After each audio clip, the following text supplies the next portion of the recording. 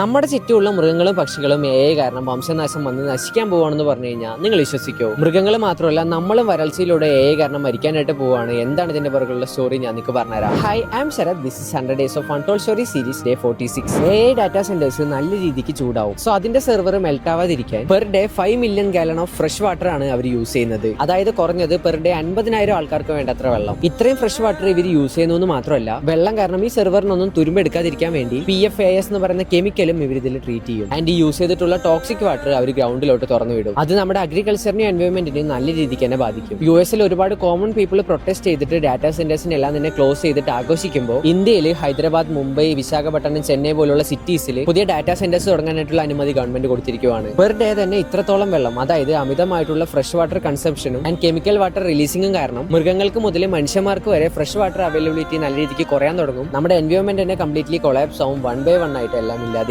ഇന്ന് നമുക്ക് കാരണം നമ്മുടെ ജോലിയാണ് പോകുന്നതെന്നുണ്ടെങ്കിൽ ഇനി വരാൻ പോകുന്ന ജനറേഷന് കാരണം അവരുടെ ജീവൻ തന്നെ നഷ്ടപ്പെടും. സിമ്പിൾ ആയിട്ട് പറയുകയാണെങ്കിൽ ഓരോ വട്ടം നമ്മൾ ChatGPT ഒരു ഡൗട്ട് ചോദിക്കുമ്പോഴും ഒരു ബോട്ടിൽ ഫ്രഷ് വാട്ടർ ആണ് ഇല്ലാതെയാവുന്നത്. സോ നമുക്ക് തരാൻ പോകുന്ന ഈ ഒരു വലിയ പണിയെ കുറിച്ച് നിങ്ങൾക്ക് എന്താ തോന്നുന്നുള്ള കാര്യം ജെന്യൂൻ ആയിട്ട് കമന്റ് ബോക്സിൽ കമന്റ് ചെയ്യുക. ആൻഡ് ഇതുപോലുള്ള ഇൻട്രസ്റ്റിംഗ് സ്റ്റോറീസിനായിട്ട് ഫോളോ ചെയ്യുക.